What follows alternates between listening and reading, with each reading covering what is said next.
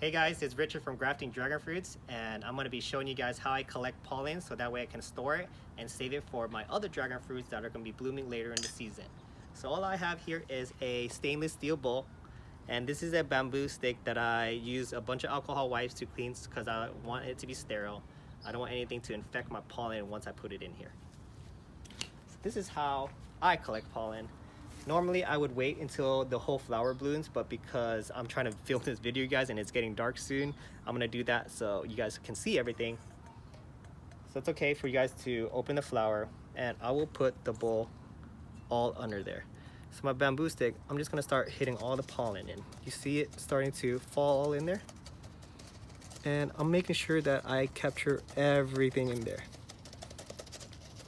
So if you look in the bowl, it's starting to all fall in there, and there's a lot of pollen. This is why I love Vietnam white giants, because they can produce so much pollen. I can use it to pollinate this flower, and I can also use it to store in my refrigerator or even freeze it for next year. Okay, so that's about it for our first one.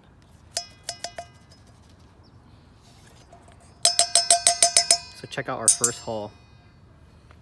We're not done yet. There's two more. Here's another one. I'm gonna do the same thing.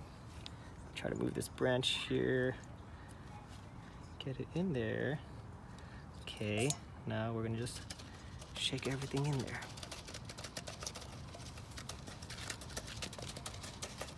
And don't worry about hurting the flower, guys. Once the bees go in here, they do exactly the same thing we do. They fly around, mess around with everything, walk back up in the stigma, and hopefully some pollen gets stuck on there. So when I'm doing this, I'm basically doing the same thing. Okay.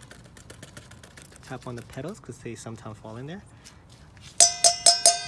Look how much we got. Okay. Our last flower. I'm gonna put my bowl in there, make sure I don't do too much damage, and here we go. You guys are just gonna start seeing pollen fall all in there. Wow, this one has a lot.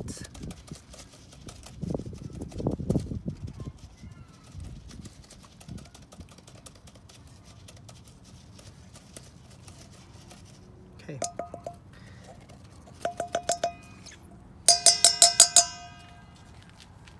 So here's our pollen that we collected.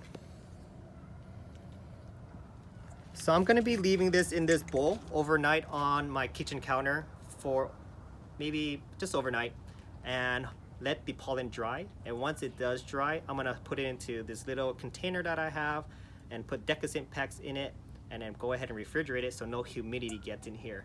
It's important to dry your pollen because once it has humid and you put it in the fridge or the freezer, it can kill the pollen and it won't be viable no more. And I want to use this for long term, so I want to make sure that I store it correctly so I can preserve it and have it for any time that I want to use it. So that's how I collect pollen. I already have a video of how I collect pollen and how I freeze pollen in my channel.